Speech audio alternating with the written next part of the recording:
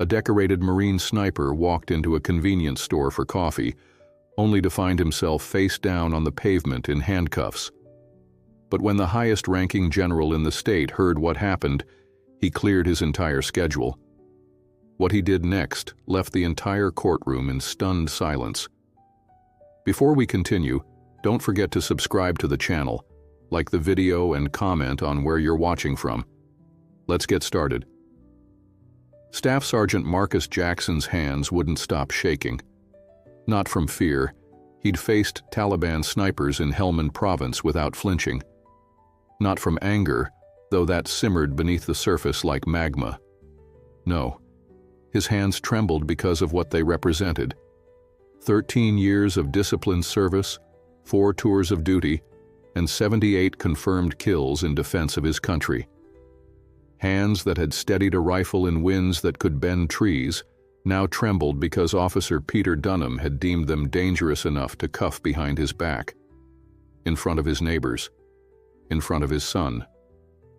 The fluorescent lights of the county courthouse buzzed overhead, the sound boring into Marcus's skull like the persistent whine of a distant drone. He adjusted his dress blues, the medals and ribbons catching the harsh light. Each decoration told a story: Bronze Star, Purple Heart, Distinguished Marksman. But none of those stories mattered 3 nights ago when he was face down on his own front lawn. "The uniform looks good," his lawyer Elaine Washington said as she organized papers at the defense table. "Reminds the jury who you really are." Marcus nodded but said nothing. Words felt inadequate. How could he explain that the uniform no longer felt like his skin? That since the handcuffs, it felt like a costume he was wearing to play a role, the role of an American hero, when America had made it clear that before he was a Marine, he was a threat. "All rise. Court is now in session," the Honorable Judge Richard Harmon presiding. The courtroom rose as one creaking organism. Marcus stood at attention, military straight, while Dunham and the other officers slouched on the prosecution side, their blue uniforms a mockery of his own. The American flag hung limply behind the judge's bench, and Marcus found himself wondering what exactly it represented anymore. Judge Harmon, a thin man with wire-rimmed glasses and a reputation for no-nonsense proceedings, took his seat. "Be seated. We're here today in the matter of Jackson versus the Metropolitan Police Department. Counselors, are you ready to proceed?" "Yes, Your Honor." Elaine's voice was clear and confident. The prosecutor, a reed-thin man named Gregory Paulson, echoed the sentiment. "Then let's begin with opening statements. Mr. Paulson?" The prosecutor approached the jury box with practiced ease. "Ladies and gentlemen, this case is simple. On the night of March 15th, Officer Peter Dunham responded to a call about a suspicious individual in the Oakwood neighborhood. Upon arrival, he encountered the plaintiff, Marcus Jackson, who matched the description provided by a concerned citizen. Officer Dunham followed protocol exactly as he was trained. Mr. Jackson's refusal to immediately comply with commands necessitated the use of restraints for officer safety. This is standard procedure, nothing more. Marcus clenched his jaw so tightly he could hear his teeth grinding. Standard procedure. As if being handcuffed for entering your own home after a late night at the base was something every American should expect. "The Metropolitan Police Department protects all citizens equally," Paulson continued. "Officer Dunham didn't see a black man or a Marine. He saw a potential threat in a neighborhood with recent break-ins. Any suggestion of racial bias is not only unfounded but distracts from the real issue: officer safety in potentially dangerous situations." When Paulson finished, Elaine rose and approached the jury. Unlike Paulson's detached delivery, she moved with a fierce energy that commanded attention. 3 nights ago, Staff Sergeant Marcus Jackson came home from a late training session at Camp Lejeune. He was tired. He was thinking about his son's baseball game the next day. He was fumbling with his keys when a squad car screeched to a halt in front of his house. Before he could explain that he lived there, before he could reach for his military ID, Officer Dunham had his weapon drawn. She paused, letting the image sink in.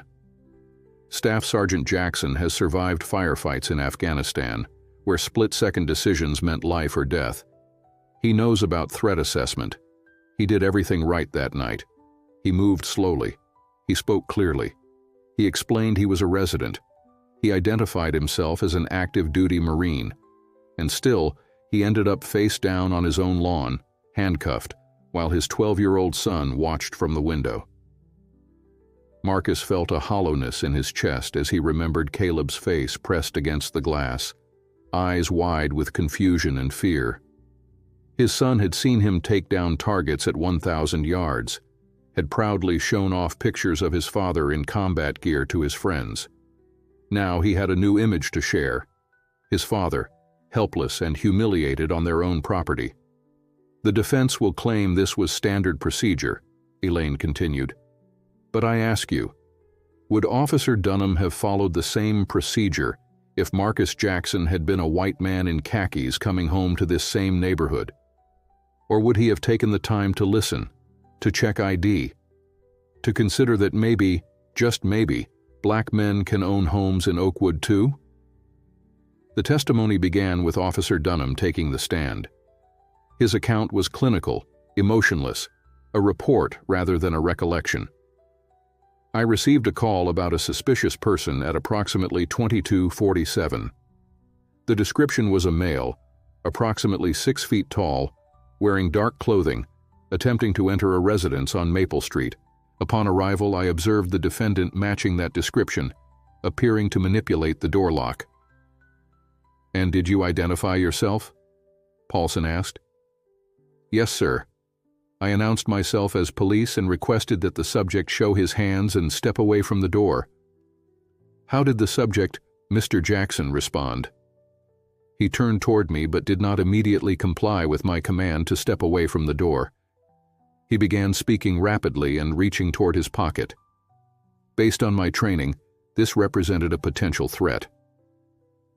Marcus closed his eyes briefly, remembering the moment. He hadn't reached for his pocket. He'd gestured toward the house, explaining he lived there. But in Dunham's world, any movement from a black man was inherently threatening. "So you took appropriate action?" "Yes, sir. I drew my service weapon and repeated my command for him to step away from the door and lie on the ground.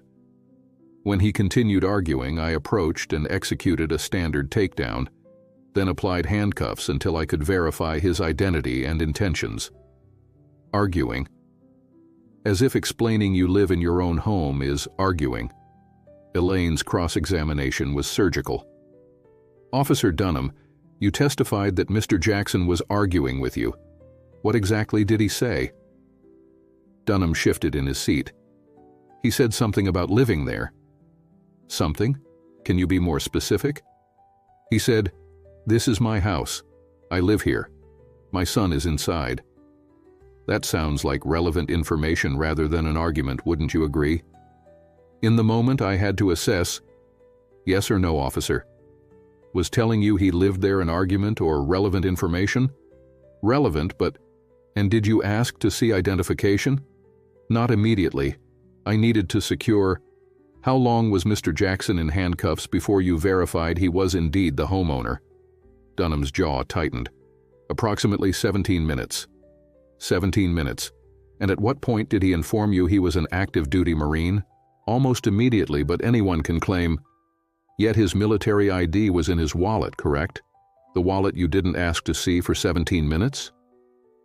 When it was Marcus's turn to testify, he felt the weight of every eye in the courtroom.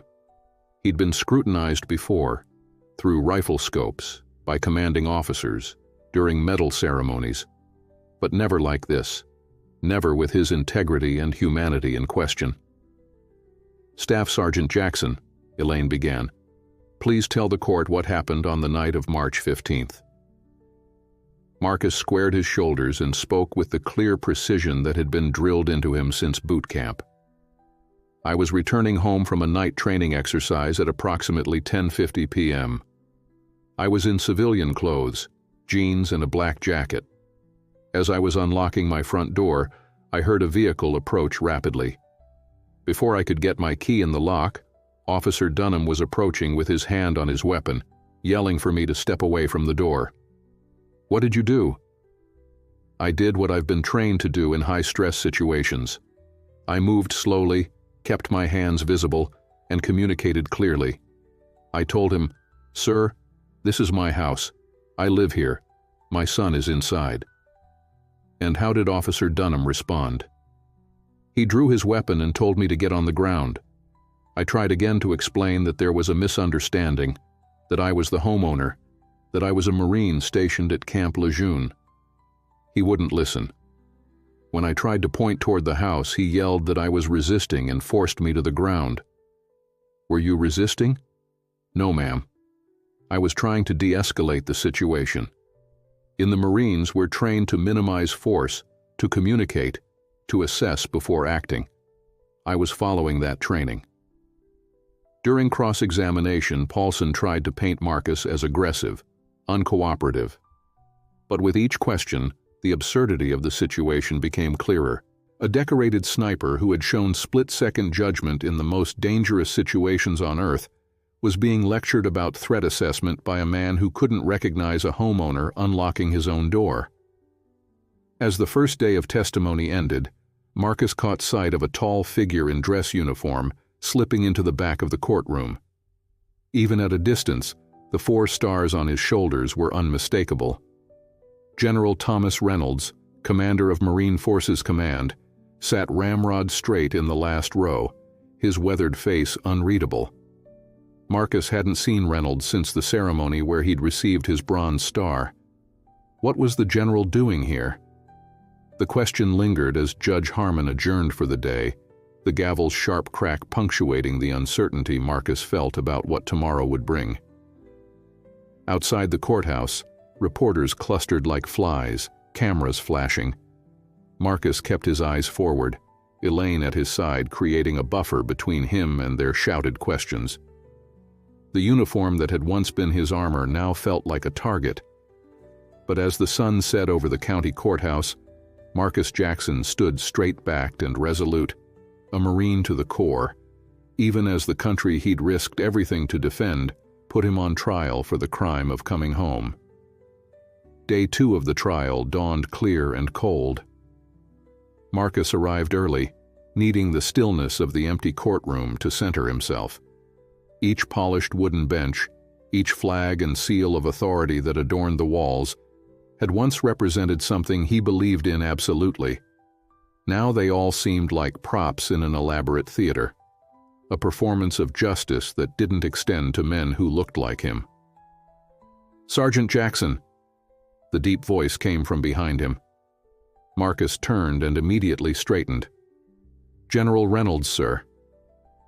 The 4-star general approached with the measured steps of a man accustomed to commanding attention without raising his voice. At 62, Reynolds remained imposing, 6'3" with silver hair cropped close to his skull and eyes that had witnessed 3 wars. "At ease, Marine. We're not on base." Marcus relaxed marginally, but the ingrained discipline of 13 years couldn't be switched off like a light. "May I ask why you're here, sir?" Reynolds studied him for a long moment. "I read the report. Then I read it again because I couldn't believe what I was seeing. One of my best snipers, a man who saved more American lives than I can count, handcuffed on his own property." He shook his head. "The Corps takes care of its own, Jackson. I'm here to make sure that happens." Before Marcus could respond, the courtroom doors opened, and Elaine entered with her briefcase and a cardboard tray of coffee cups. She faltered slightly at the sight of Reynolds, then recovered with the smooth professionalism that had made her one of the most sought-after civil rights attorneys in the state. "General Reynolds, I presume?" "Elaine Washington." She extended her hand. "I wasn't aware you'd be joining us today." "Just observing, counselor. For now." There was something in Reynolds's tone that suggested he had more planned than mere observation. As the courtroom filled, Marcus noticed a shift in the atmosphere. Word of the general's presence had spread. The prosecutor, Paulson, kept glancing nervously toward Reynolds, who sat in the front row today, his dress uniform and chest full of medals impossible to ignore. Judge Harmon called the court to order, and the day's testimony began with Marcus's next-door neighbor, Susan Chen. "I heard the commotion and looked out my window," Susan testified, her voice steady despite her evident nervousness. "I saw Marcus, Sergeant Jackson, on the ground with an officer kneeling on his back." "And what did you do?" Elaine asked. "I grabbed my phone and started recording. Then I went outside and told the officer he was making a mistake. I said, 'That's Marcus Jackson. He lives there. He's a Marine.'" "How did Officer Dunham respond?" Susan's lips thinned. "He told me to step back or I'd be arrested for interfering with police business." "Did Sergeant Jackson appear to be resisting at any point during this interaction?" "No. He was completely still. I could hear him calling out to his son, telling him everything was okay to go back inside." Her voice broke slightly. Even pinned to the ground, he was trying to protect his child from seeing that. The video Susan had recorded was entered into evidence and played for the court. The footage was shaky but clear enough. Marcus face down, Dunham's knee pressed between his shoulder blades, the handcuffs glinting in the porch light. Marcus's voice could be heard, impossibly calm. "Sir, my military ID is in my back pocket. I'm Staff Sergeant Marcus Jackson, 1st Marine Special Operations Battalion." Dunham's response was terse. "Stop talking and stay down." In the gallery, General Reynolds's face had turned to stone, his jaw clenched so tight, a muscle jumped visibly in his cheek. The defense called Marcus's commanding officer, Captain David Rivera. Rivera spoke of Marcus's exemplary service record, his unparalleled skill as a sniper, and his leadership within the unit. "Staff Sergeant Jackson has an extraordinary ability to remain calm under pressure," Rivera testified. In Helmand Province, his unit was pinned down by enemy fire. Communications were cut off. 3 Marines were wounded. Jackson not only eliminated the threat but carried one of the wounded men 2 miles to the extraction point. He received the Bronze Star for that action, but he should have received the Silver Star. His judgment and discipline are beyond question. "In your professional opinion," Elaine asked, "how would you expect Staff Sergeant Jackson to respond to a confrontation with law enforcement?" "With absolute control and clarity. Marines like Jackson don't panic. They don't escalate. They're trained to diffuse situations, to communicate effectively even under extreme stress." As Rivera stepped down, Marcus caught the slight nod from Reynolds. Something was happening, some plan being set in motion that Marcus wasn't privy to. The prosecution called their expert witness next, a police training instructor named Michael Brennan, who testified about proper protocol and the challenges officers face in making split-second decisions. "Officer Dunham followed his training," Brennan insisted. "When a subject doesn't immediately comply with commands, officers are trained to take control of the situation quickly to prevent potential escalation." Elaine's cross-examination was relentless. "Mr. Brennan, in police training, is there any emphasis placed on listening to what civilians are saying during an encounter?" "Of course, but is there training on distinguishing between non-compliance and simple communication?" "Officers must make quick judgments." "That wasn't my question, sir. Are officers trained to distinguish between someone who is arguing versus someone who is providing relevant information about living in the home they're trying to enter?" Context matters in these situations. Indeed it does. And in this context, we have a homeowner explaining he lives there, a neighbor confirming his identity, and an officer who refused to listen to either. Does police training encourage officers to ignore context? Brennan's testimony grew increasingly defensive, as Elaine methodically dismantled the notion that Dunham had followed proper protocol. During the lunch recess, Marcus found himself alone in the courthouse hallway with Reynolds. "Tomorrow," the general said without preamble. "I'll be testifying." Marcus blinked in surprise. "Sir? This isn't just about you, Jackson. It's about every Marine who takes off the uniform and finds out they're seen differently on American streets than they are on foreign battlefields." Reynolds' eyes were hard as granite. "The Corps asks the impossible of men like you. We send you to the darkest corners of the world. We train you to make life or death decisions in milliseconds. You've never failed us. Not once. And this is how you're repaid? Handcuffed on your own lawn because some officer couldn't be bothered to listen?" The afternoon brought Officer Dunham back to the stand for additional questioning. Elaine zeroed in on the dispatcher's call. "The call that brought you to Sergeant Jackson's home described a suspicious person. What specifically made this person suspicious according to the caller?" Dunham shifted uncomfortably. "The caller said there was an unknown male attempting to enter a residence." "Did the caller mention the person's race?" "Yes. They described a black male in dark clothing." "And in the Oakwood neighborhood, is a black man attempting to enter a home automatically suspicious?" "That's not what I—" "Officer Dunham, in the past year, how many calls have you responded to regarding suspicious white persons in Oakwood?" The question hung in the air. Dunham's silence was answer enough. As court adjourned for the day, Marcus noticed Reynolds in deep conversation with Judge Harmon near the bench. The general's expression was intense, determined. Whatever was coming tomorrow would change the trajectory of this case. Marcus could feel it. Outside the courthouse, a small crowd had gathered. Some held signs supporting the police department, but more carried messages like, "Marines deserve better and protect those who protect us." The story had struck a nerve, bridging gaps between communities that often stood apart. That night, as Marcus helped Caleb with his homework, his son looked up suddenly. "Dad, are they going to say sorry for what they did to you?" The question pierced Marcus's heart. Children understood justice in its simplest form: right, wrong, and the importance of making amends. But the adult world rarely operated with such clarity. "I don't know, buddy," he answered honestly. "But whatever happens, remember what I've always told you. Our job is to be better than those who wrong us. To stand straight, speak truth, and never let anyone take your dignity." Caleb nodded solemnly, but Marcus could see the question still lingering in his eyes. If his father, a hero, a Marine, a man who had done everything right, could be thrown to the ground and handcuffed on his own property, what did that mean for Caleb's future? It was a question Marcus had no answer for as the night deepened and sleep eluded him.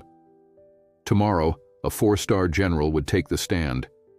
Tomorrow, the full weight of the Marines would stand behind one of their own.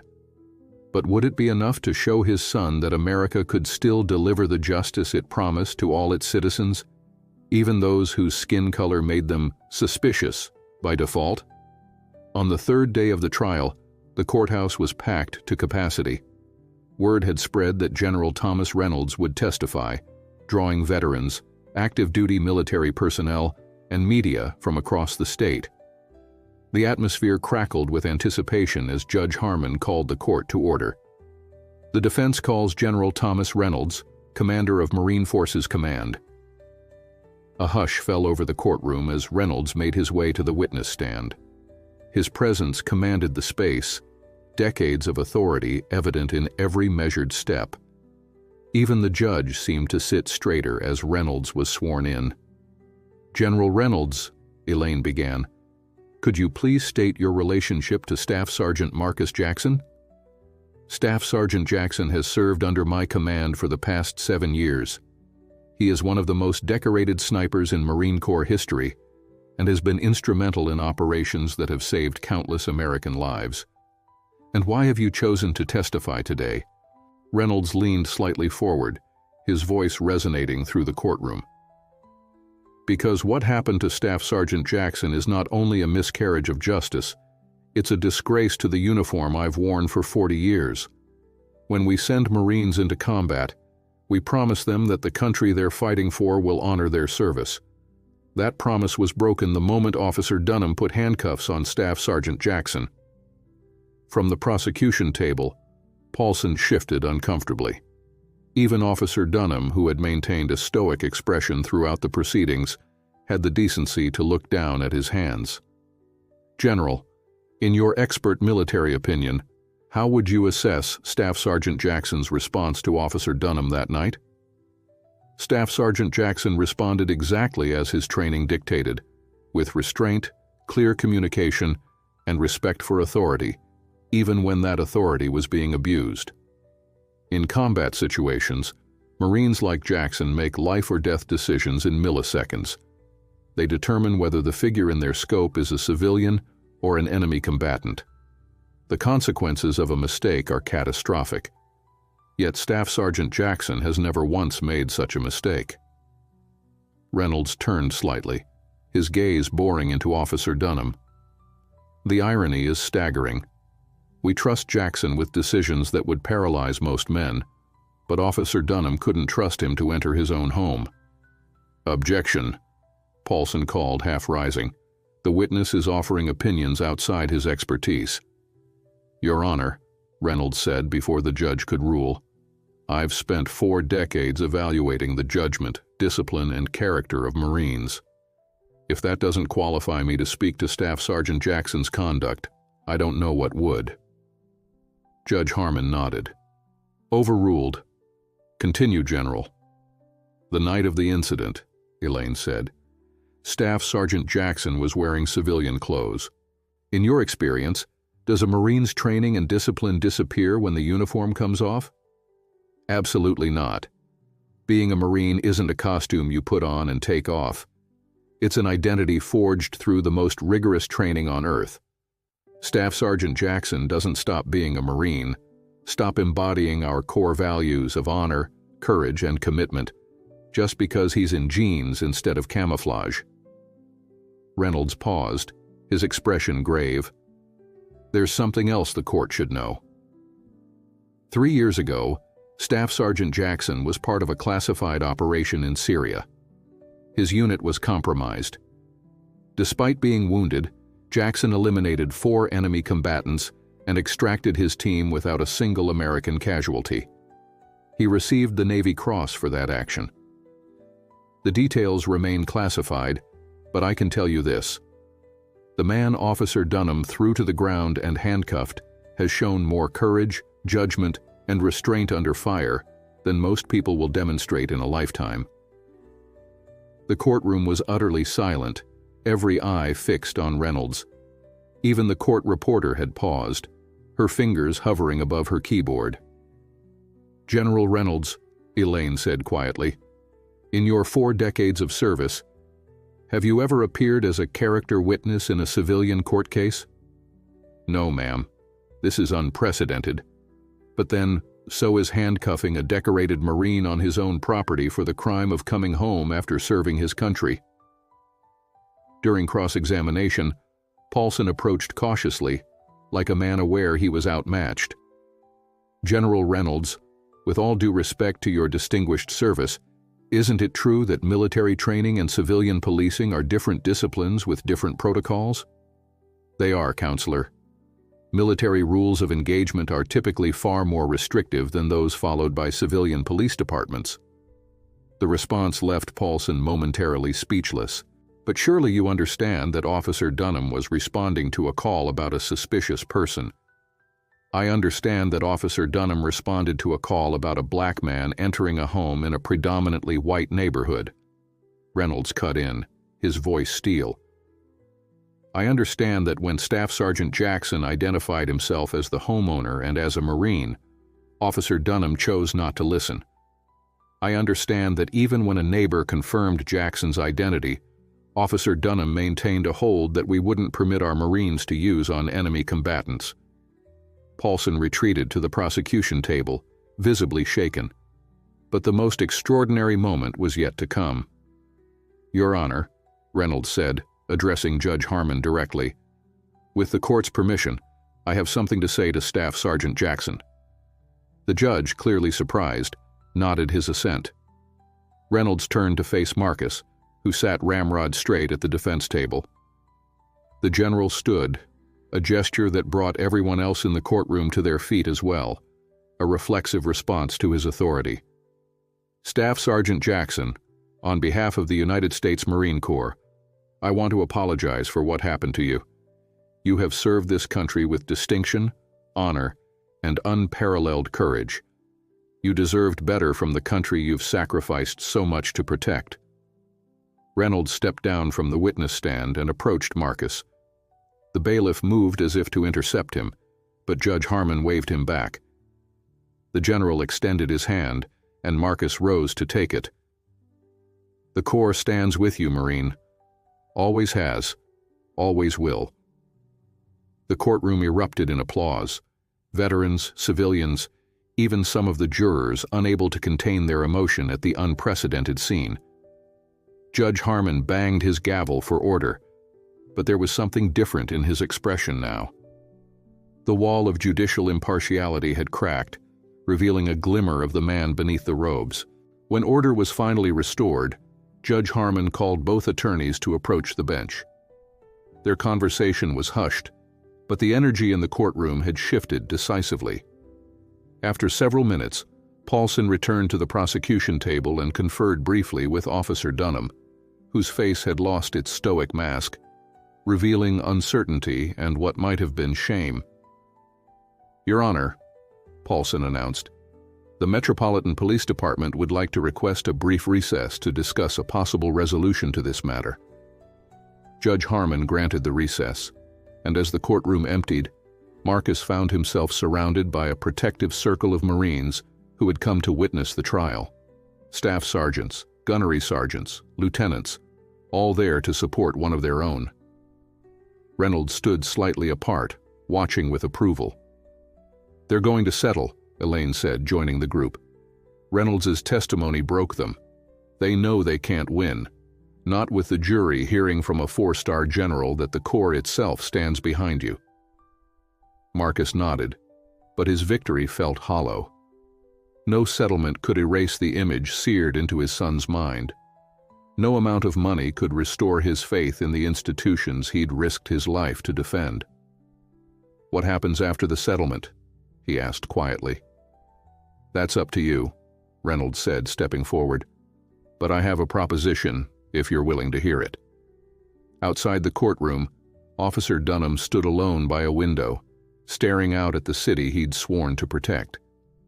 For the first time since the trial began, he looked not like a symbol of authority, but like a man confronting the consequences of his actions. A man beginning to understand that the uniform he wore carried responsibilities as profound as the one worn by the Marine he had handcuffed. The recess stretched on as lawyers and department officials huddled in conference rooms. Something more than a financial settlement was being negotiated, something that might begin to bridge the chasm between those who served in different uniforms, but who were, in the end, public servants sworn to the same Constitution, the same ideals of justice and dignity for all. The conference room where the settlement discussions took place felt more like a war room. City attorneys flanked Police Commissioner Howard Walsh, a former Army colonel whose military bearing hadn't softened during his 15 years overseeing the Metropolitan Police Department. Across the table, Elaine sat beside Marcus, with General Reynolds completing their side of the triangle. $500,000, the lead city attorney said, sliding a document across the polished table. Full admission of wrongdoing by the department, a formal apology. Officer Dunham will undergo additional training and be placed on administrative duty for 6 months. Elaine picked up the document, scanning its contents with practiced efficiency. Marcus watched her face, trying to gauge whether this represented victory or compromise. And the policy changes? She asked, not looking up from the papers. Commissioner Walsh cleared his throat. We're prepared to implement a review of our engagement protocols, particularly as they pertain to military personnel residing within the metropolitan area. Not good enough, Reynolds said, his voice quiet but unyielding. This isn't just about military personnel. It's about basic dignity and presumption of innocence. Staff Sergeant Jackson wasn't handcuffed because he's a Marine. He was handcuffed because he's a black man entering his own home in a neighborhood where Officer Dunham couldn't imagine he belonged. The commissioner's jaw tightened, but before he could respond, the door opened. Officer Dunham entered, still in uniform but somehow diminished, as if the events of the past days had physically compressed him. "May I speak?" he asked, looking not at his superiors but directly at Marcus. The room fell silent. The script for these negotiations didn't include the officer at the center of the controversy addressing the plaintiff directly, but this case had already shattered precedent. "Go ahead," Marcus said, meeting Dunham's gaze steadily. Dunham swallowed hard. "I've been a police officer for 11 years. I joined because I wanted to serve, to protect people. Somewhere along the way, I stopped seeing the people and only saw threats. I can make excuses, talk about the dangers of the job, the split-second decisions. But the truth is simpler. I was wrong that night." He paused, gathering himself. "I've spent 3 days listening to testimony about who you are, Sergeant Jackson. A hero, a leader, a father. All I saw was a black man at a door in a neighborhood with recent break-ins. That's on me. My failure. My blindness." The tension in the room was electric. This wasn't in the settlement agreement, wasn't part of the choreographed dance of legal compromise. This was something raw and unscripted. "I don't expect forgiveness," Dunham continued, "but I want you to know that I'm requesting to be part of whatever changes come from this. Not just sensitivity training or administrative duty, but real change in how we approach our community. I can't undo what happened to you, but I can make damn sure it doesn't happen to someone else's son." Marcus studied the man who had forced him to the ground, seeing him clearly for the first time. Not as a symbol of systemic injustice, but as an individual capable of growth, of recognition, of change. It didn't erase what had happened, but it created the possibility of something constructive emerging from the wreckage. "Thank you," Marcus said simply. The words were inadequate, but the acknowledgement was not. After Dunham left, the negotiations continued with new energy. The settlement grew to include not just monetary compensation and departmental apologies, but substantive policy changes, community oversight, revised training protocols, and regular town halls to address tensions between police and minority communities. "There's one more thing," Marcus said as the details were being finalized. "I want Officer Dunham involved in the implementation of these changes, not sidelined or punished, but actively engaged in fixing what's broken." The commissioner looked surprised. "You're advocating for the officer who handcuffed you?" "I'm advocating for meaningful change," Marcus corrected. "Officer Dunham made a mistake, a serious one, but he's also shown more willingness to acknowledge it and learn from it than your department has demonstrated in years of similar incidents. If he's sincere about being part of the solution, I want him in the room where decisions are made, not shuffling papers in some basement office." Reynolds nodded approvingly. The Marine Corps understood the value of rehabilitation, of transforming failure into future success. It was a principle that seemed foreign to civilian institutions, where punitive measures often replaced genuine accountability and growth. As the meeting concluded, Reynolds drew Marcus aside in the hallway. "About that proposition," he said. "The Corps is establishing a new liaison unit between military and civilian law enforcement. The goal is to improve understanding, communication, and cooperation. To make sure what happened to you doesn't happen to other service members, regardless of their race." Marcus saw where this was heading. "You want me involved?" "I want you to lead it, Jackson. You've got the combat experience, the leadership skills, and now, unfortunately, the first-hand experience of where these systems break down. Plus, you'd be based here, stable posting. No more deployments taking you away from your son." The offer hung in the air between them. It represented not just a career opportunity, but a chance to transform a personal trauma into institutional change.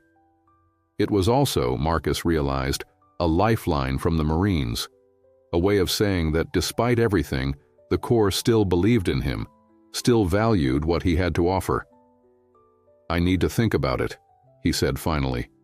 "Talk to Caleb." Reynolds clasped his shoulder. "Take your time. The position will be there when you're ready." Later that afternoon, Judge Harmon called the court back into session. The settlement was presented, the case officially closed. But the judge added an unexpected coda to the proceedings. "Before we adjourn," he said, removing his glasses, "I want to address something. Our justice system functions on the presumption of innocence, on due process, on equal treatment under law. When those principles are compromised, when a citizen is judged not by their actions but by preconceptions about their race, we all lose something essential. It diminishes not just the individual who suffers the injustice, but all of us who believe in America's promise." He looked directly at Marcus. "Staff Sergeant Jackson, this court thanks you for your service, both on the battlefield and here at home, where your dignity in the face of injustice has helped illuminate a path toward better understanding and cooperation between those who wear different uniforms but serve the same Constitution." As the courtroom emptied, Marcus found himself face to face with Officer Dunham once more.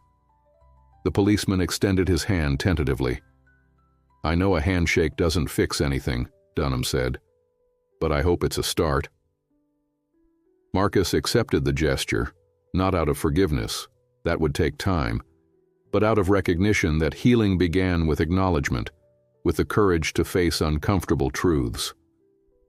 Outside the courthouse, reporters clamored for statements, cameras flashing in the afternoon sun.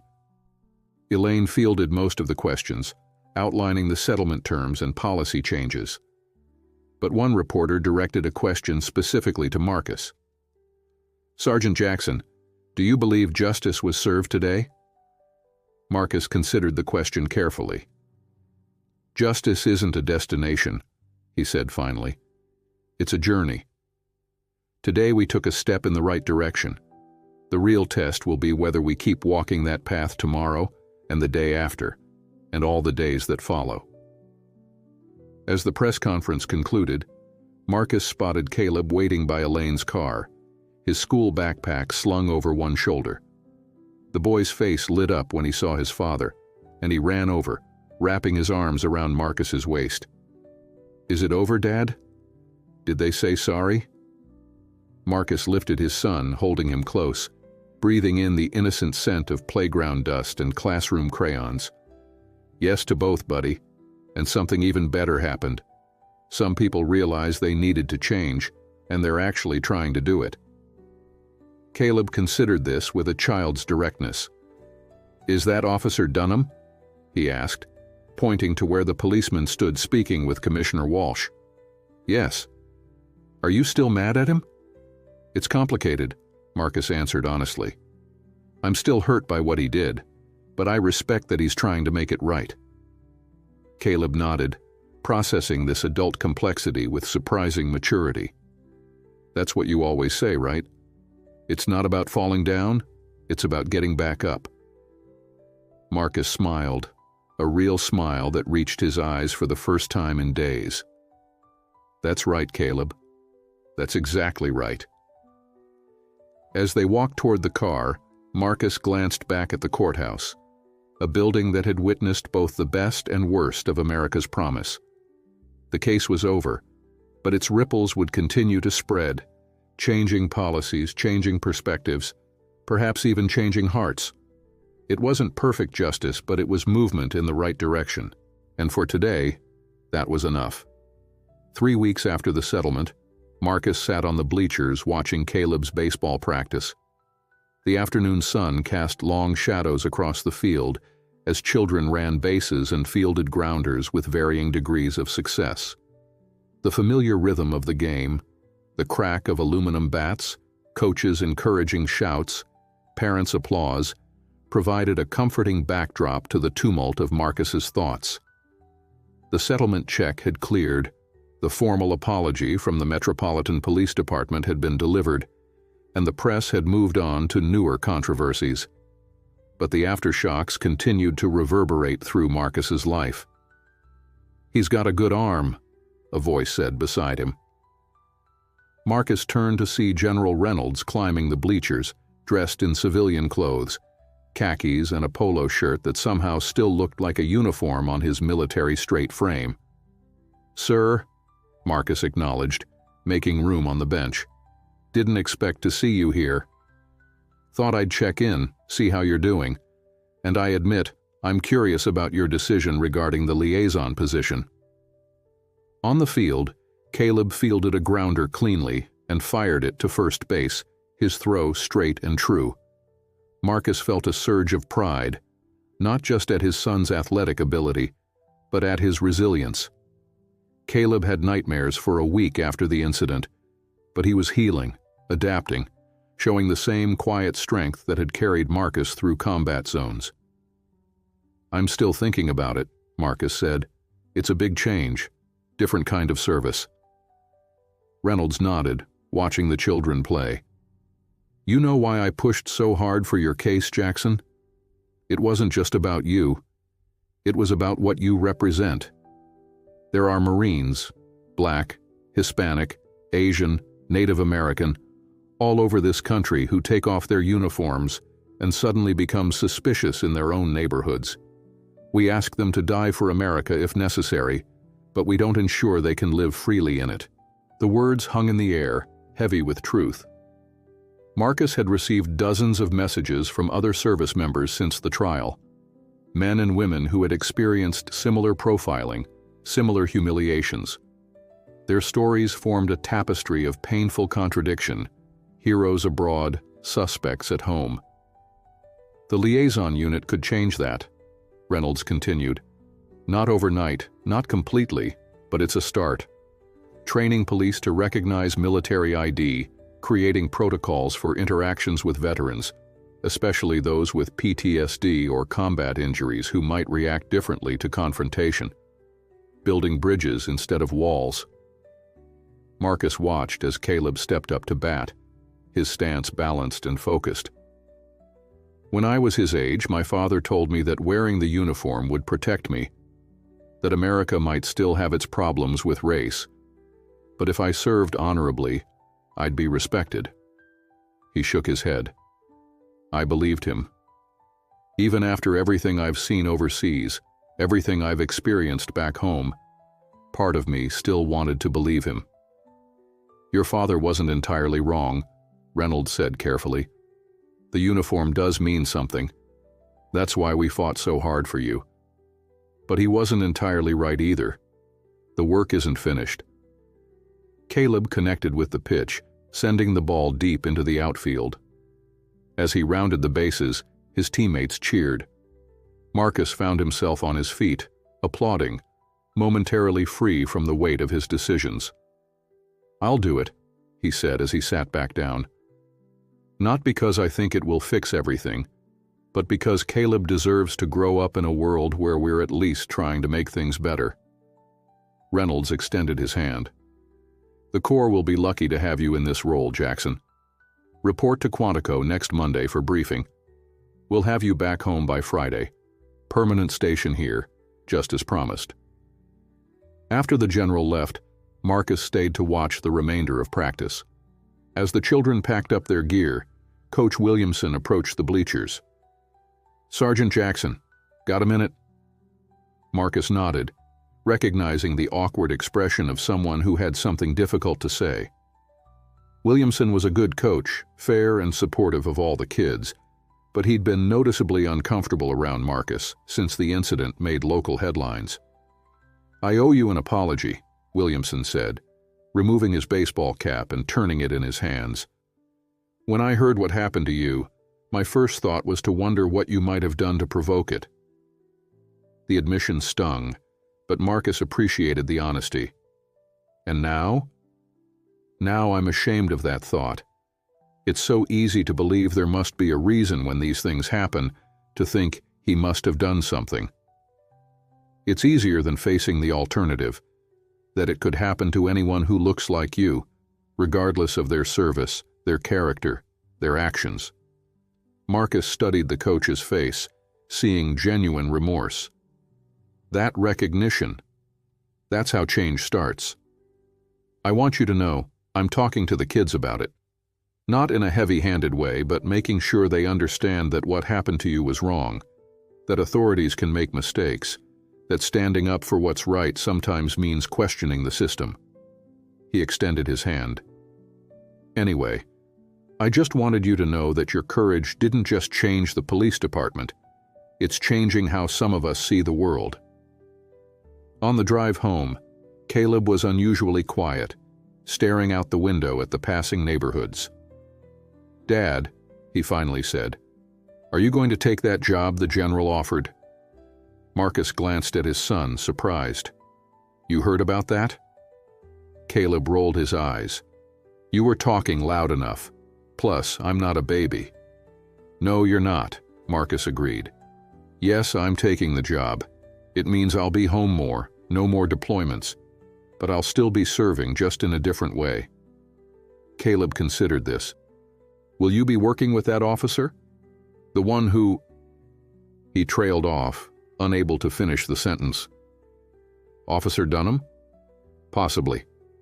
Part of the settlement was that he'll be involved in the new community outreach programs." "Why?" "I was just wondering if you're still angry at him." Marcus took a deep breath, considering how to explain adult complexities to a child's understanding. "I'm not angry at him as a person anymore. I'm still angry at what happened, at the system that made it possible. Officer Dunham made a terrible mistake, but he's trying to make amends. That counts for something." Caleb nodded slowly. "Like when I broke Mrs. Henderson's window with my baseball and had to do chores for her all summer. You said it wasn't enough just to say sorry. I had to make it right." Marcus smiled at the comparison. "Something like that, yeah, on a much bigger scale." The following Monday brought the first community meeting, part of the settlement's requirement for increased dialogue between police and residents. The community center was packed, the atmosphere tense with unresolved grievances and cautious hope.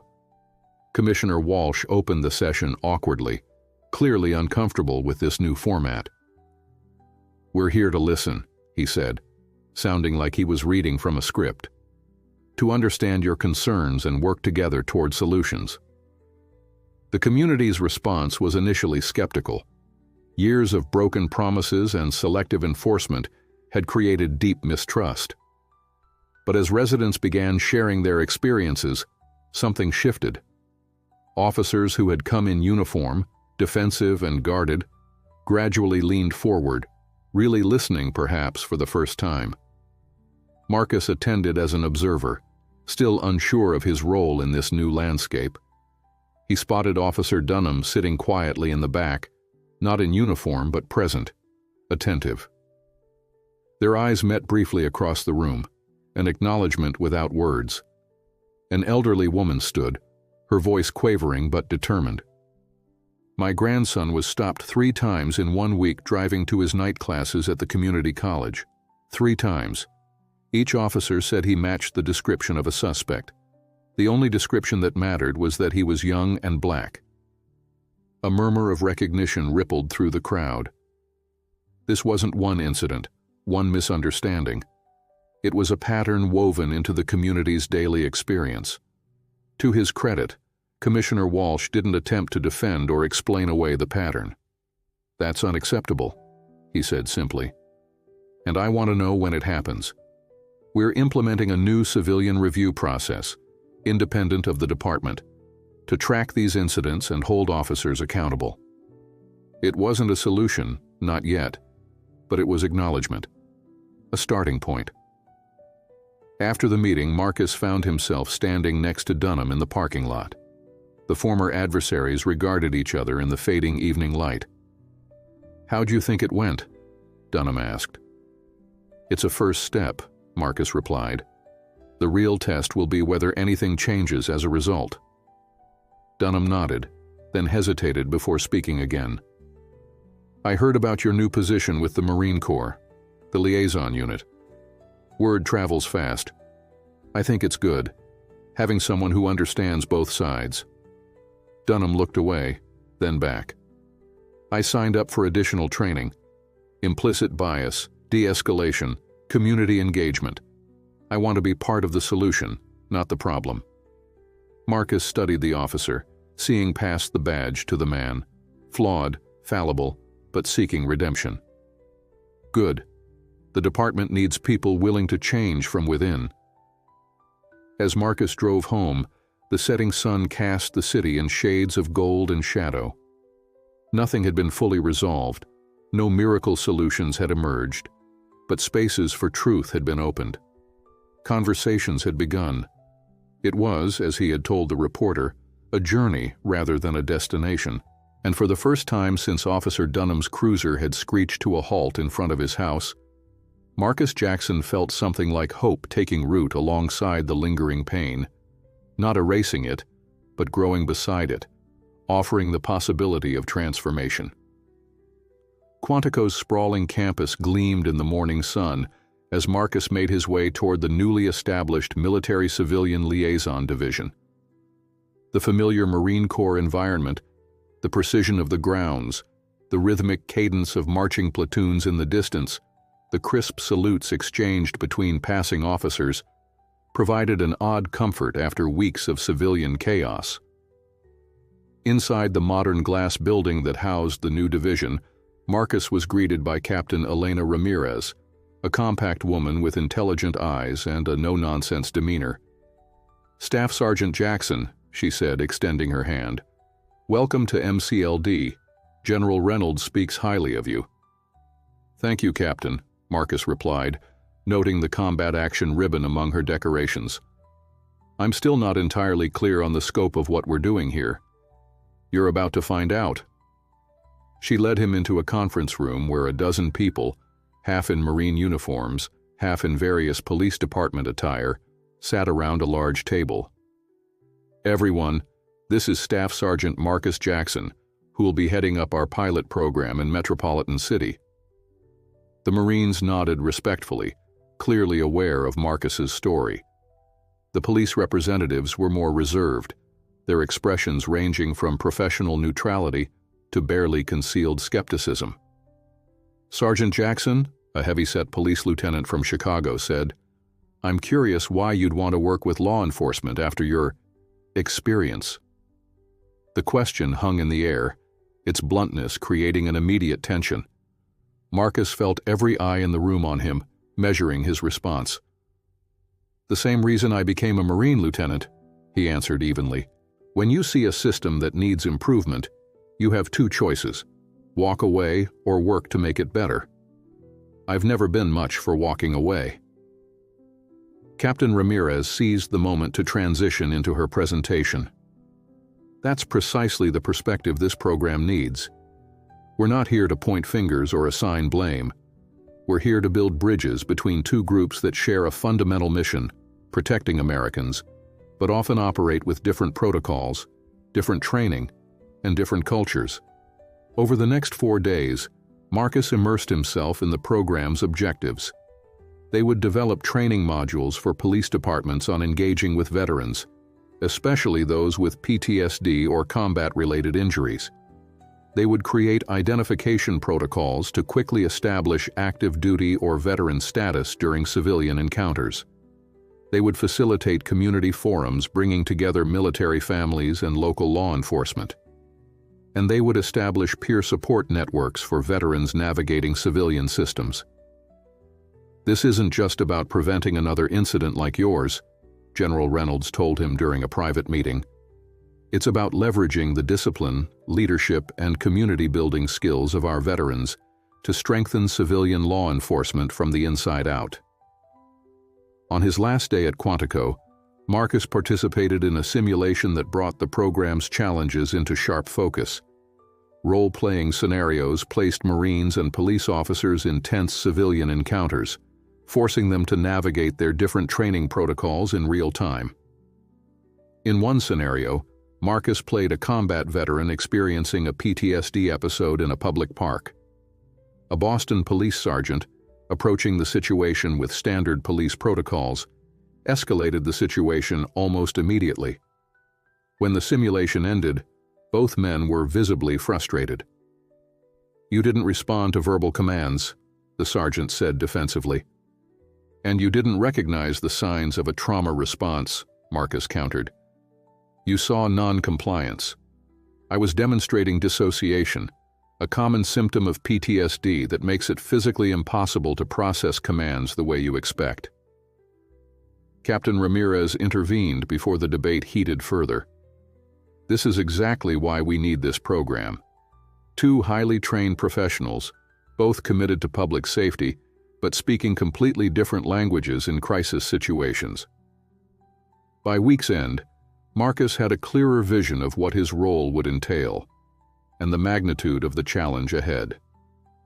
Returning home to Caleb felt like crossing between worlds, transitioning from the structured environment of the Corps to the messy reality of civilian life, where the consequences of failed communication weren't theoretical. "How was it?" Caleb asked over dinner, more perceptive than most children his age after their shared experience. "Challenging," Marcus admitted. "Bringing different worlds together always is. But worthwhile, I think." Caleb nodded, pushing peas around his plate. "My friend Tyler's dad is a police officer. He used to come to career day in his uniform, but he didn't this year. Tyler said it's because some parents complained." The simple observation captured the growing divide Marcus was working to bridge, the erosion of trust that harmed both communities and law enforcement. "That's sad," Marcus said carefully. "The uniform isn't the problem. It's making sure the person wearing it remembers the responsibility that comes with it." "Like your uniform?" "Exactly like mine. Both stand for service and protection. Both can be worn with honor or misused. The challenge is making sure we all remember why we put them on in the first place." The following Monday, Marcus began implementing the program locally. His first meeting was with Commissioner Walsh and a selected group of departmental leaders, including the Training Division and Community Outreach Unit. Officer Dunham sat at the far end of the conference table, now wearing the insignia of the newly established Community Relations Division. "The MCLD program has 3 core objectives," Marcus explained, standing at the head of the table in his service uniform: education, integration, and accountability. "We'll start with a series of training modules for your officers on military culture, veteran identification, and appropriate response protocols for service-related behaviors or conditions." Commissioner Walsh nodded. His initial resistance to the program noticeably softened since the settlement and community meetings. "And the integration component?" "That's where we bring your officers together with local veterans for structured dialogue and relationship building. Not just Marines, Army, Navy, Air Force, Coast Guard. We want to reframe the relationship from potential adversaries to mutual allies in community safety." The presentation continued, with questions growing increasingly engaged rather than defensive. Even the most skeptical commanders seemed to recognize the potential value in rebuilding trust with the veteran community, which represented a significant portion of the city's population. After the meeting, Dunham approached Marcus in the hallway. The officer looked different. The arrogant certainty that had characterized him during the trial replaced by a more thoughtful demeanor. "Sergeant Jackson," he said, "I've been assigned as the department liaison for your program. If that's going to be a problem, given our history, I'll request a reassignment." Marcus considered the offer. The easy path would be to accept, to keep his distance from the man who had humiliated him. But easy paths rarely led to meaningful change. "No need," he replied. "You've got the community relations background now. And sometimes the most effective advocates for change are the ones who've seen the consequences of the status quo firsthand." Dunham's relief was visible. "Thank you. I won't let you down." "This isn't about me," Marcus said. It's about making sure what happened to me doesn't happen to the next veteran who comes home. The following weeks brought a whirlwind of activity as the program took shape. Marcus divided his time between the Marine base, where he worked with transitioning service members on civilian interaction protocols, and the police academy, where he helped implement new training modules for cadets and veteran officers alike. One rainy Tuesday, he found himself observing a training session for police recruits. The young cadets, diverse in gender and ethnicity, though still predominantly white, watched attentively as a Marine veteran with a prosthetic leg explained the psychological aspects of combat injury. When you approach a wounded veteran who's in distress, the Marine explained, commands like, "Get on the ground," can trigger combat memories. Our training tells us that getting low means being vulnerable to attack. Your training tells you it's a compliance position. That disconnect can be dangerous for everyone. Marcus noticed one cadet in particular, a young black woman, taking detailed notes, her focus absolute. After the session, she approached him. "Sergeant Jackson, I'm Cadet Taylor. I just wanted to say..." She hesitated, then continued with determination. "Your case is why I'm here. I was pre-law at state, but after what happened to you, I realized we need change from within the system, not just legal challenges from outside." The statement caught Marcus off guard. He'd considered the impact of his case on existing officers, on veterans, on his own community, but not on the next generation of law enforcement. That's good to hear, Cadet. The department will be better for having officers who understand the need for change." As he left the academy, Marcus reflected on the unexpected ripples his experience had created, inspiring a promising young student to enter law enforcement rather than fight it from the outside.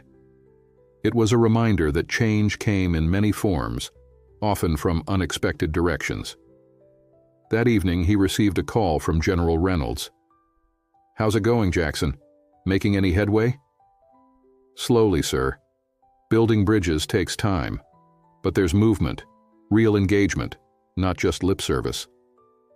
"Good, because we're expanding the program. 4 more cities have requested liaison units after seeing your preliminary results. I need you to help train the team leaders." The vote of confidence warmed Marcus, but as he hung up, he felt the weight of expectations settling on his shoulders. His personal trauma was becoming a template for national change, a responsibility he hadn't sought but couldn't refuse. Outside his window, rain pelted the same lawn where he had been handcuffed 3 months earlier. The memory still stung, still carried its burden of humiliation and rage. But alongside it grew something new, a sense of purpose that transcended personal vindication, a commitment to transforming individual injustice into collective progress. It wasn't healing exactly. The wound was still there. But it was becoming something more than just a scar. It was becoming a map for others to follow toward a better future. 6 months into the program, Marcus stood before 30 police officers in the department's training room. The initial novelty had worn off, revealing the stubborn reality of institutional change, enthusiasm from some, passive resistance from others, and the vast middle ground of officers who supported the concept but struggled with its practical implementation. "The military ID recognition protocol isn't just about courtesy," Marcus explained, clicking to the next slide. "It's about safety for everyone involved. A veteran with combat experience may react differently to perceived threats than a civilian without that training. Understanding that difference can prevent unnecessary escalation." A hand went up in the back row. Officer Mercer, a 20-year veteran with a perpetual scowl. "With all due respect, Sergeant, we don't have time on the street to run special protocols for every group. When someone doesn't comply immediately, that puts officers at risk." Marcus had heard variations of this argument in every session. The tension between officer safety and civilian rights remained the fundamental fault line in all police reform efforts. "I understand your concern," he replied evenly, But consider this. When you approach a situation with better information, you make better decisions. Recognizing a military ID doesn't slow you down. It speeds up your assessment by giving you crucial context. Officer Dunham, who had been observing from the side, stepped forward. Over the months of working together, an uneasy alliance had formed between the former adversaries, not friendship, but a professional respect born of shared purpose. "Let me add something," Dunham said, addressing his colleagues. 6 months ago, I had Sergeant Jackson face down on his lawn because I didn't take 10 seconds to check his ID. That decision cost the department $500,000, damaged community trust, and violated the rights of a decorated Marine. From a purely practical standpoint, the protocols we're learning here make financial and operational sense. The room fell silent. Dunham rarely mentioned the incident directly, and never in such a public forum. His willingness to use his own mistake as a teaching moment carried weight with officers who might have dismissed Marcus's perspective alone. After the session, Dunham approached Marcus. "Sorry if I overstepped. I just thought they needed to hear it from one of their own." "No apology needed," Marcus assured him. "That's exactly why this partnership works. They hear it differently coming from you." As they walked toward the parking lot, Dunham's radio crackled with a dispatch call. "Unit 17, we have a disturbance at Veterans Memorial Park. Subject appears agitated, possibly intoxicated. Military-type clothing." Dunham caught Marcus's eye. "Want to respond with me? Could be a good field test for the protocols." Minutes later, they arrived at the small park where a crowd had gathered around a man pacing erratically near the war memorial. Marcus immediately recognized Sergeant Dwayne Reynolds, not from his face, which was contorted in distress, but from his distinctive gait. They'd served together in Afghanistan, part of the same unit during Marcus's second tour. "I know him," Marcus said quietly to Dunham. "Afghanistan vet. Severe PTSD. Let me approach first." Dunham nodded, instructing the other responding officers to maintain distance and keep bystanders back. It was a small but significant gesture of trust, placing Marcus's assessment above standard police protocol.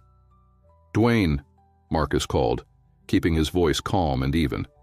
"It's Marcus Jackson, 1st Battalion." Reynolds whirled around, his eyes wild and unfocused. "They're coming through the perimeter. We need to establish fields of fire." Marcus recognized the signs immediately. Reynolds wasn't drunk. He was experiencing a combat flashback. His mind temporarily returned to a firefight half a world away. Marcus moved slowly into his line of sight, making sure to remain visible. "Dwayne, you're in Memorial Park, in Metropolitan City. You're home. It's 2023. The perimeter is secure." He kept his voice firm but gentle, repeating the grounding phrases taught in veteran PTSD workshops.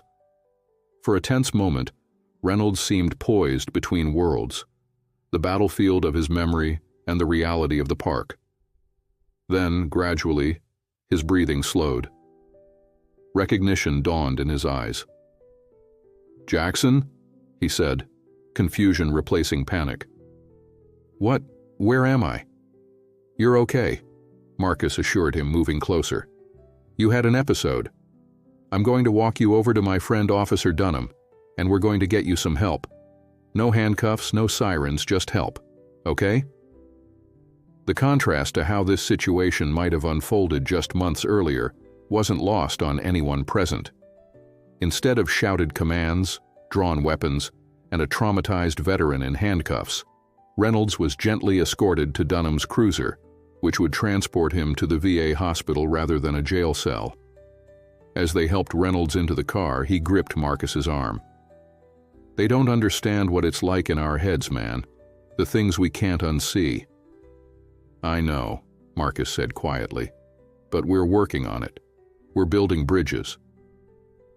Later that evening, as Marcus helped Caleb with his social studies homework, his son looked up suddenly. "Dad, we learned about civil rights today.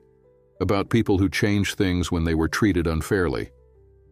That's important history, Marcus replied, wondering where the conversation was heading. Ms. Patterson said sometimes one person's bad experience can make things better for everyone else if they speak up instead of just getting mad. Caleb's eyes were serious. She said it's called turning pain into purpose. Is that what you're doing with your new job? The question caught Marcus off guard with its perception. At 12, Caleb was beginning to see the world with increasing complexity, processing his father's experience within a larger context of justice and change.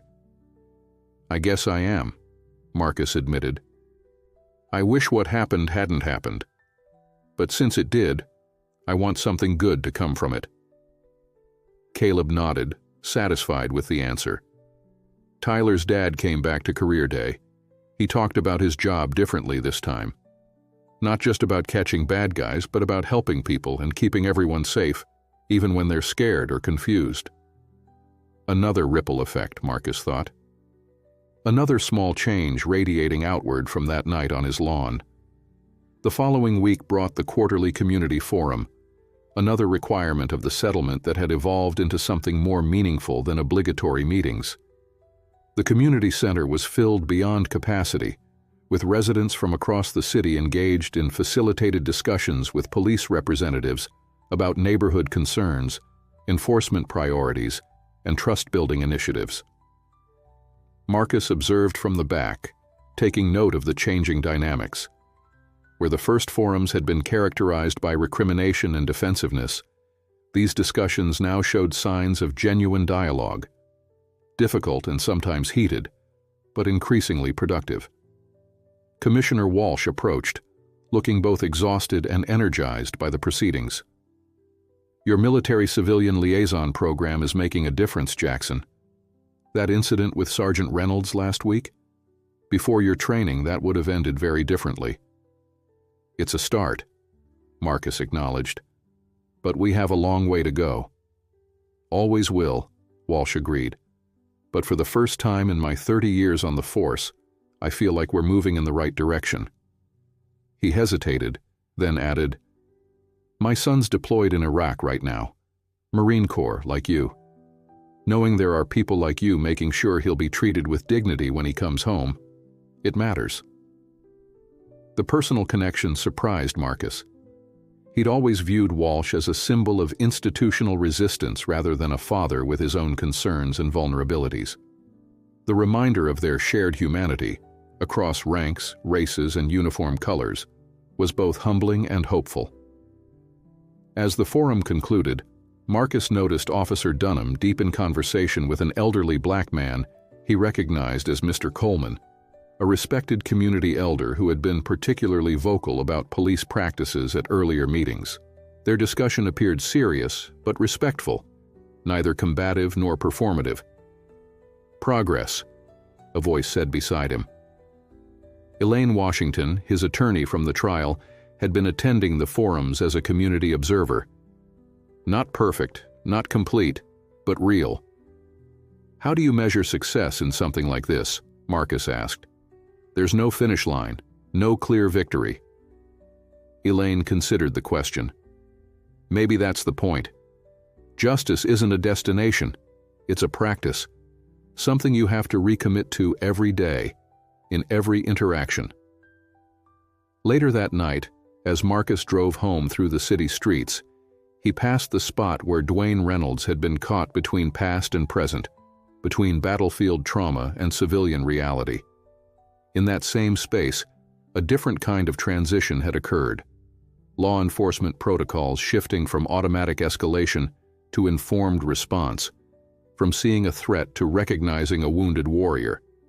It wasn't enough.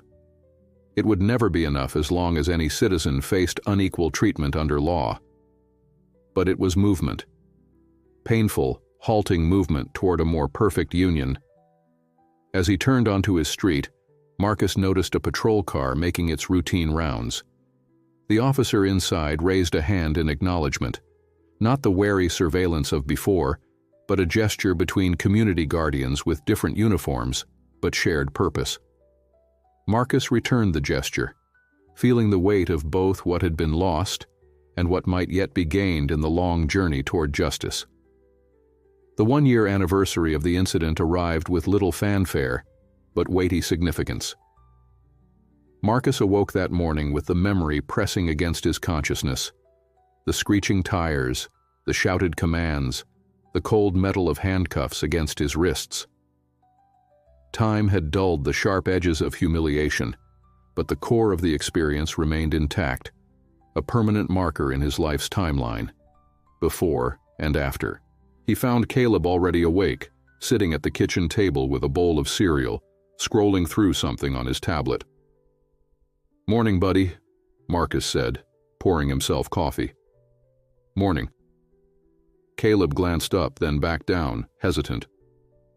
"Dad, did you know your case is in my textbook now?" Marcus nearly spilled his coffee. "What?" Caleb turned the tablet around, showing a digital textbook page titled Contemporary Civil Rights and Community Policing. There it was, a photo of Marcus in his dress blues, alongside a summary of the case and its impact on police reform initiatives. "Ms. Patterson assigned it for homework. She didn't know it was you until I told her." Marcus sat down heavily, staring at the sanitized account of his experience now presented as educational material for middle schoolers. The case was described in clinical terms. Staff Sergeant Marcus Jackson's wrongful detainment led to significant reforms in police engagement with military personnel and minority communities, including the establishment of the Military Civilian Liaison Division, MCLD. "Is it weird?" Caleb asked, watching his father's reaction. "Seeing yourself in a textbook?" "Very weird," Marcus admitted. "Like watching your life become history while you're still living it." Later that morning, Marcus arrived at the MCLD offices to find them buzzing with unusual activity. Captain Ramirez intercepted him in the hallway, her typically composed demeanor showing signs of stress. "We've got a situation in Riverside," she said, referring to a neighboring county. "Marine veteran, traffic stop gone bad. Officers didn't recognize his PTSD symptoms, tried to forcibly remove him from the vehicle. He's in the hospital with a broken arm, and the community's ready to explode." Marcus felt his stomach sink. The fragile progress they'd built over the past year suddenly felt paper-thin against the reality of ongoing incidents. "Riverside isn't part of our program yet." Exactly the problem. They were next on our expansion list, but we're 3 weeks away from implementing the training. Now we're in damage control mode. The day dissolved into crisis management, calls with Riverside officials, emergency planning sessions, media statements carefully crafted to acknowledge the problem without inflaming tensions. By evening, Marcus found himself standing before a hastily assembled community meeting in Riverside's town hall, facing angry residents and defensive police representatives. "I understand your frustration," he told the crowd, feeling the weight of their skepticism. "What happened to Corporal Williams was wrong. It demonstrates exactly why programs like ours are necessary. But I also need you to understand something important. Change isn't an event. It's a process. The officers involved hadn't received the training that might have prevented this. That's not an excuse, but it is context." From the back of the room, a voice called out, "Why should we trust any more promises? We've heard it all before." The question struck at the heart of the challenge, the erosion of trust after decades of similar incidents, similar promises, similar disappointments. Marcus took a deep breath, setting aside his prepared remarks. "You shouldn't trust promises," he said finally. "You should demand action, transparency, and accountability. A year ago, I was handcuffed on my own lawn because an officer saw my skin color before he saw my humanity. I could have walked away angry, and believe me, I was angry. Instead, I chose to help build a system that might prevent the next incident. Not because I trust the system, but because I'm committed to changing it." The room quieted. the raw honesty of his response cutting through prepared positions and practiced outrage. The program we've implemented in Metropolitan City has reduced use of force incidents involving veterans by 63%. Civilian complaints are down 40% overall. Those aren't promises, they're results. We can achieve the same here, but it requires something from everyone in this room: the courage to work together even when trust is broken. The meeting ended without resolution. Real change never came from a single conversation. But Marcus had opened a door that might otherwise have remained closed. As he left the building, Officer Dunham was waiting by his car. "That was impressive," Dunham said, "especially considering you had every right to throw law enforcement under the bus after what happened to you." Marcus shook his head. This was never about vilifying police. It's about making sure the system works the way it's supposed to, protecting everyone equally, with dignity and due process. Dunham leaned against the car, his expression troubled. "You know what scares me? If Corporal Williams had been in our jurisdiction, with all our new training and protocols, this might still have happened. Different officers, different moment, same outcome." The admission was striking in its honesty, an acknowledgement that institutional change, however necessary, couldn't eliminate the human element with its biases, fears, and split-second misjudgments. "That's why this isn't a one-and-done solution," Marcus replied. "It's ongoing work, training, accountability, community engagement, rinse and repeat, every day, every interaction." As they parted ways, Marcus realized how dramatically their relationship had evolved, from the power dynamic of officer and suspect to something approaching partnership, bound by the shared goal of systemic improvement despite their painful history. The following weekend brought a rare opportunity for relaxation, a fishing trip with Caleb at Lake Meridian. As they sat side by side on the dock, lines cast into the still water, Caleb broke a comfortable silence. "Dad, do you think things are really getting better? With the police and everything?" Marcus considered the question, wanting to be honest without burdening his son with adult complexities. "In some ways, yes. The program is making a difference. Officers are learning better approaches. Communities are having important conversations. But real change takes time, longer than we'd like." Caleb nodded, processing this. "Tyler's dad says some officers don't like the new rules. They think it makes their job harder." "Change is always hard," Marcus acknowledged. "But harder isn't the same as wrong. Most officers want to do the right thing. They just need tools and training to help them make better decisions in difficult moments. Like when you helped that veteran in the park, the one having the flashback? Exactly like that. Before our program, that situation might have ended with handcuffs or worse. Instead, he got the help he needed." Caleb cast his line again, the splash breaking the lake's surface into rippling circles. "My teacher says sometimes it takes one person standing up to change things for everyone, like Rosa Parks or Martin Luther King." Marcus smiled at the comparison, though it made him uncomfortable. His actions hadn't been planned acts of civil disobedience, just a natural response to injustice that happened to gain public attention. "Those were extraordinary people who changed history," he said. "I'm just trying to make sure what happened to me doesn't happen to someone else." "That's kind of the same thing, Dad."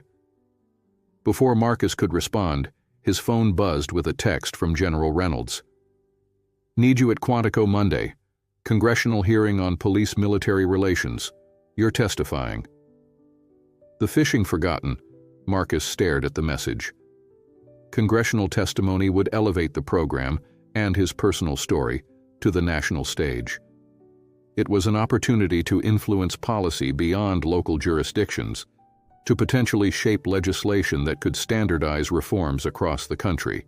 It was also, he realized, another step in the transformation of his private trauma into public purpose, the continuing evolution from victim to advocate to potential architect of systemic change.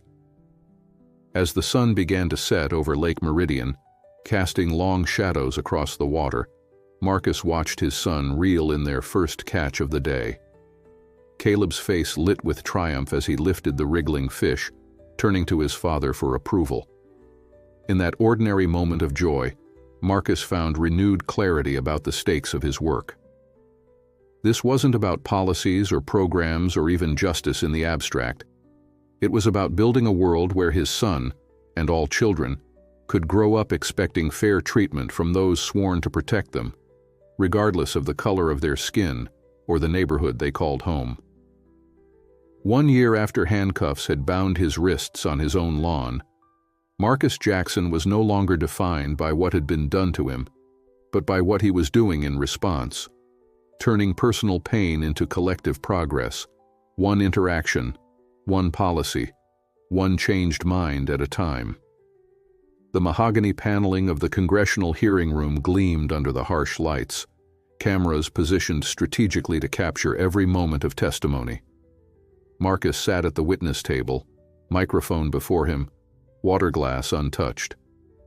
Despite multiple combat deployments and countless high-pressure situations, his pulse quickened as he surveyed the semicircle of legislators seated on the elevated platform before him. General Reynolds sat to his right, Captain Ramirez to his left. Behind them, the gallery was packed with military personnel, police representatives, civil rights advocates, and media. The Committee on Law Enforcement and Military Cooperation had been hastily formed in response to a series of incidents nationwide that mirrored Marcus's experience. Veterans, particularly veterans of color, encountering excessive force during routine civilian interactions with police. Staff Sergeant Jackson, began the committee chair, Congresswoman Eleanor Chen, we've reviewed your written testimony regarding the incident that led to the creation of the Military-Civilian Liaison Division. For the record, would you please describe in your own words what happened that night and how it led to the program you now lead? Marcus leaned toward the microphone, pushing aside prepared statements to speak from the heart. 1 year ago, I was returning home from a training exercise at Camp Lejeune. I was unlocking my front door when Officer Peter Dunham approached with his hand on his weapon. Despite my attempts to explain that I lived there, despite identifying myself as an active duty Marine, I ended up face down on my lawn in handcuffs, while my 12-year-old son watched from the window. The room was silent, the stark simplicity of his account more powerful than any embellishment. That incident revealed a dangerous disconnect between two groups sworn to protect American citizens, military personnel and law enforcement. The MCLD program was created to bridge that gap through education, protocol development, and community engagement. In the jurisdictions where we've implemented the program, we've seen significant reductions in use of force incidents involving veterans and improved community relations overall. For the next hour, Marcus fielded questions from committee members spanning the political spectrum. Some focused on technical aspects of the program, training modules, identification protocols, measurable outcomes. Others probed the racial dimensions of the issue, asking pointed questions about implicit bias and disparate treatment. Staff Sergeant, said Congressman William Hargrove, a conservative former prosecutor, while I commend your service and the program's goals, isn't this ultimately about compliance? If civilians, including veterans, simply followed officer commands immediately, wouldn't these incidents be avoided altogether? The question represented the familiar argument that had shadowed every reform effort, the notion that the responsibility lay with civilians to prevent police overreaction rather than with officers to exercise appropriate judgment. With respect, Congressman, Marcus replied, that perspective oversimplifies complex human interactions. Military personnel are trained to assess threats, communicate clearly, and use proportional response. We expect that level of discipline from those carrying weapons in combat zones. Should we expect less from armed officers in our own communities? He leaned forward slightly. Furthermore, immediate compliance isn't always possible. Veterans with PTSD may experience trigger responses to shouted commands. Deaf citizens cannot hear verbal instructions. People with certain disabilities cannot physically comply with orders to get on the ground quickly. Our program teaches officers to recognize these situations and adjust their approach accordingly, making everyone safer, including the officers themselves. As the hearing continued, Marcus noticed a shift in the room's energy. What had begun as a politically charged examination of a controversial program was evolving into a substantive discussion about the intersection of military service, law enforcement, and civil rights. Even the most skeptical committee members seemed moved by the concrete results the program had achieved and the measured way Marcus presented them. "One final question, Sergeant Jackson," said Congresswoman Chen as the session neared its conclusion. "If this committee were to recommend federal funding to expand your program nationally, what would you consider the most critical elements to maintain its integrity and effectiveness?" Marcus considered carefully. "Three things, Congresswoman. First, the program must remain a partnership, not a mandate. Mutual respect between military and law enforcement is essential to its success. Second, we need consistent data collection and transparent reporting to measure outcomes and refine approaches. And third, perhaps most importantly, we must center the voices and experiences of those most affected by these issues: veterans, communities of color, and officers working to improve their practices." As the hearing adjourned, Marcus found himself surrounded by staffers, advocacy group representatives, and fellow service members. What had begun as one Marine's response to personal injustice was morphing into a national movement for institutional change, a transformation both inspiring and overwhelming. Outside the Capitol, reporters clustered with cameras and microphones. Marcus had been coached by the Marine Corps Public Affairs team to stick to talking points, to keep his comments focused on the program rather than politics. But when asked about the partisan divide on police reform issues, he found himself speaking from conviction rather than caution. "This isn't a left or right issue," he said. "It's about whether we truly believe in equal protection under law. It's about whether we mean it when we thank veterans for their service. These are American values that transcend political divisions, and I've found support for our program from people across the spectrum who care more about results than rhetoric." The statement made headlines across the country. Marine sniper calls for unity on police reform. The media coverage elevated both the program and Marcus's personal story to national prominence, bringing a flood of interview requests, speaking invitations, and messages from veterans with similar experiences. The attention was disorienting. Marcus had never sought the spotlight. As a sniper, his entire professional identity was built around remaining undetected. Now his face appeared on national news programs, his words quoted in major newspapers, his story referenced in debates about policing, race, and veterans affairs. Caleb found it alternately exciting and embarrassing to have a suddenly famous father. "My friends keep asking if you're going to be on TV again," he reported after school one day. "Tyler said his dad thinks you should run for office." Marcus laughed at the suggestion. "Not a chance. I'm a Marine, not a politician." "But you're changing things, Dad. Isn't that what politicians are supposed to do?" The innocent question carried uncomfortable weight. Marcus had never intended to become a public figure or policy advocate. He'd simply wanted accountability for a personal injustice. Yet here he was, testifying before Congress, potentially influencing national legislation, becoming a reluctant symbol for a cause larger than himself. 3 days after the hearing, Marcus received a call from General Reynolds. "You made an impression, Jackson. The committee is recommending full funding for national expansion of the program. They want to establish MCLD units in 50 major jurisdictions over the next 2 years, with you overseeing implementation." Marcus absorbed the news with mixed emotions. The opportunity to extend the program's impact was exactly what they had hoped for. But the scope of the project would mean a significant change in his role.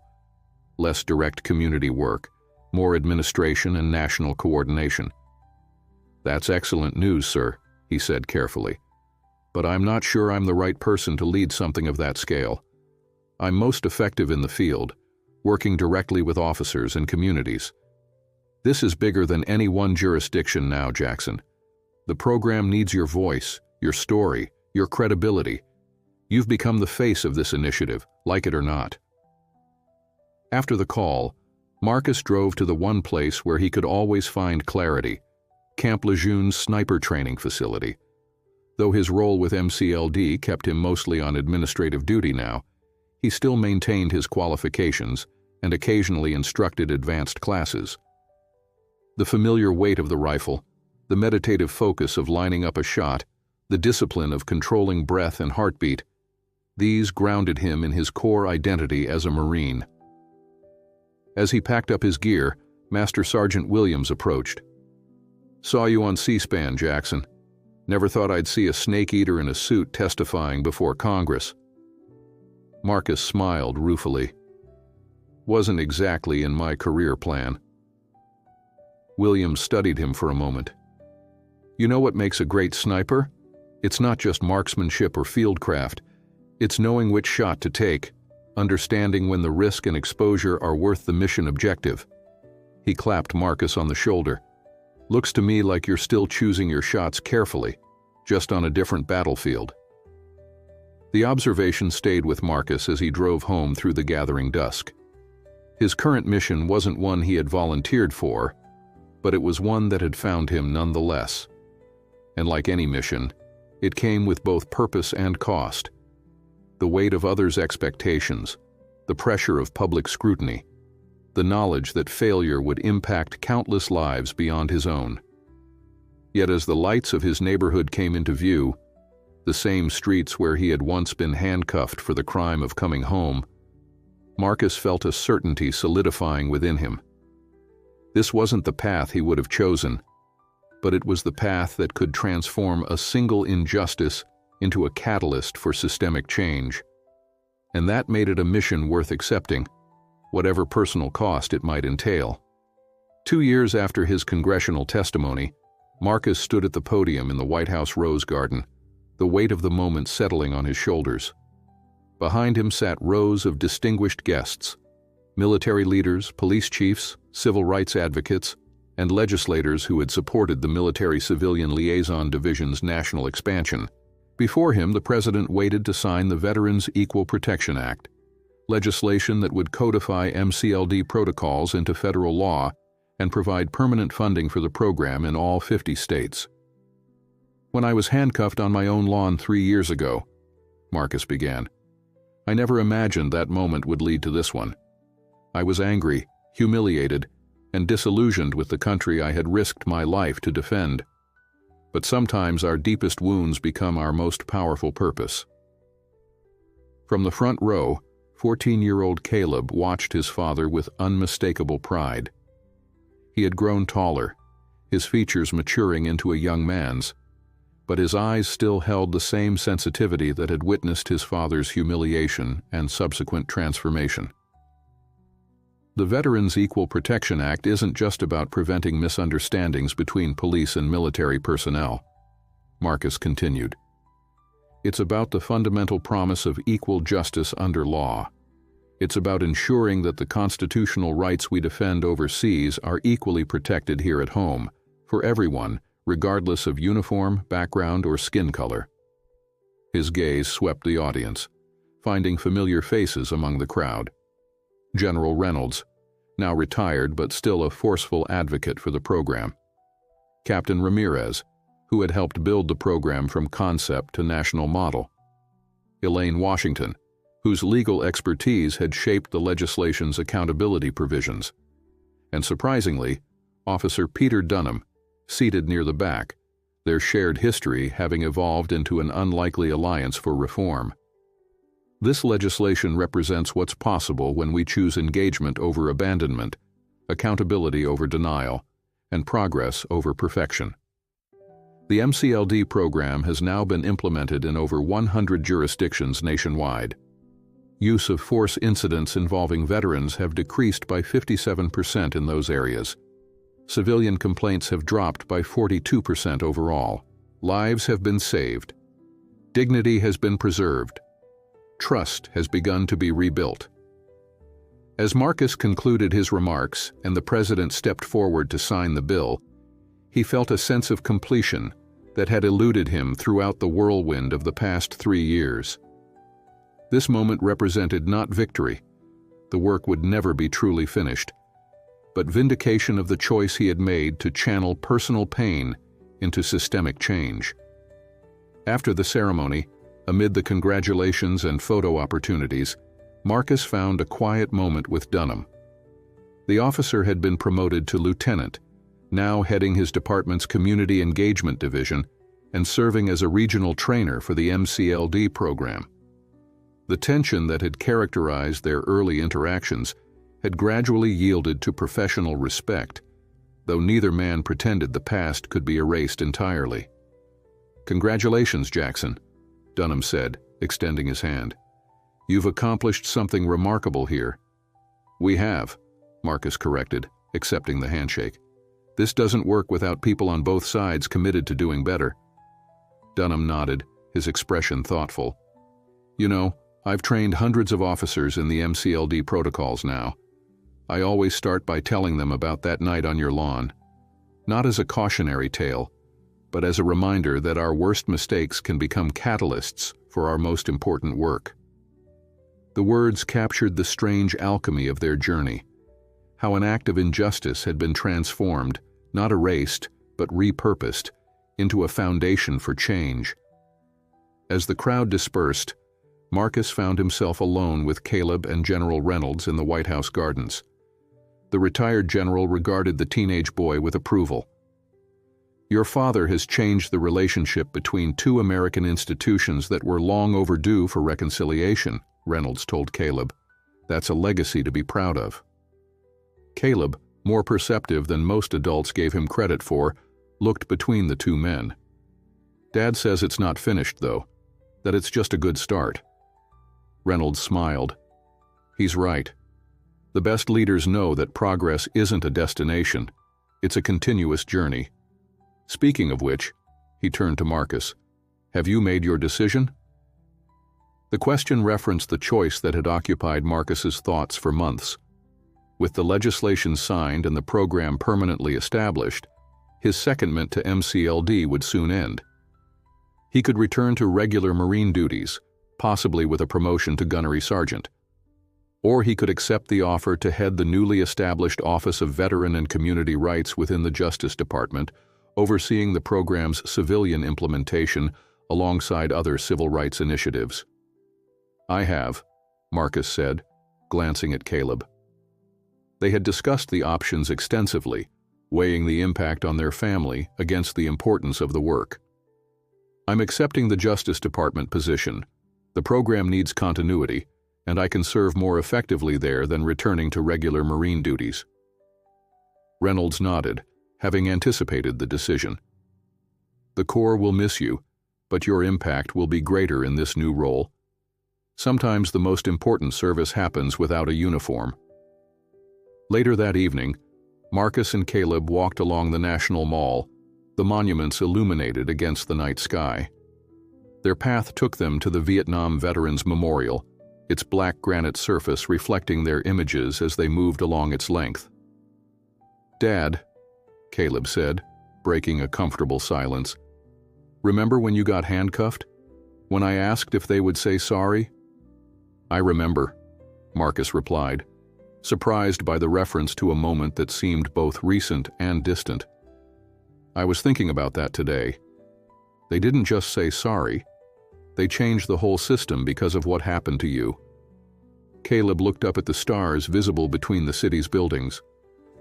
"That's better than just an apology, isn't it?" The question captured the essence of what Marcus had come to understand through this journey. "It is," he agreed. "An apology acknowledges the past. Change creates a different future." They continued walking, passing the Washington Monument and the reflecting pool, eventually reaching the Lincoln Memorial. Sitting on the steps, father and son gazed back across the mall toward the Capitol dome, illuminated against the night sky. "Your 15th birthday is coming up," Marcus said. "Have you thought about what you want to do?" Caleb hesitated, then answered with unexpected seriousness. "I want to go back to our old house, to see the place where it happened." The request caught Marcus off guard. They had moved 6 months after the incident, partly for practical reasons as Marcus's role with MCLD expanded, but also to leave behind the physical location of the trauma. They hadn't returned since. "Are you sure?" Marcus asked. "Why would you want to go there?" "Because that's where everything changed," Caleb explained with simple clarity. "For us, for a lot of people. I think it's important to remember where things start, even when they're hard things." The wisdom in his son's words struck Marcus deeply. In the maelstrom of program building, policy writing, and public advocacy, he had focused on moving forward, sometimes at the expense of fully integrating the experience that had catalyzed it all. "Okay," he agreed. "We'll go." 1 week later, on Caleb's birthday, they stood on the sidewalk outside their former home. The house looked smaller than Marcus remembered, the lawn where he had been handcuffed now adorned with a children's playset. A new family had made this space their own, unaware of its significance in a national movement for justice and reconciliation. "It looks so normal," Caleb observed. "Most important moments do, looking back," Marcus replied. "It's what grows from them that reveals their significance." As they turned to leave, a patrol car slowed beside them. The officer inside, a young woman Marcus didn't recognize, rolled down her window. "Everything okay here, gentlemen?" she asked, her tone professional but not presumptuous. "Yes, officer," Marcus replied. "Just visiting our old neighborhood." She nodded, then her eyes widened slightly with recognition. "You're Sergeant Jackson, aren't you? From the MCLD program?" When Marcus acknowledged this, she continued, "I just completed the training last month. It's changing how we approach everything, not just veteran interactions. Thank you for that work." As the patrol car pulled away, Caleb looked up at his father with a smile that needed no explanation. The moment represented everything they had worked toward, a routine interaction characterized by mutual respect rather than presumption of threat, a small but meaningful indicator of institutional change in progress. Walking back to their car, Marcus felt the weight of the past 3 years, the anger, the advocacy, the exhausting work of reform, settle into perspective. The handcuffs that had once bound his wrists had ultimately unlocked something larger than himself, a movement toward more just systems, more equitable treatment, more human recognition across the divisions of uniform, rank, and race. The work wasn't finished. It might never be truly complete. But standing beside his son, witnessing the ripple effects of his most painful moment transformed into constructive change, Marcus Jackson felt something he had once thought impossible in the aftermath of that night on his lawn. Not just hope for a better future, but evidence that it was already taking shape. Interaction by interaction, policy by policy, mind by mind, in the country he had always believed in, even when it had failed to believe in him.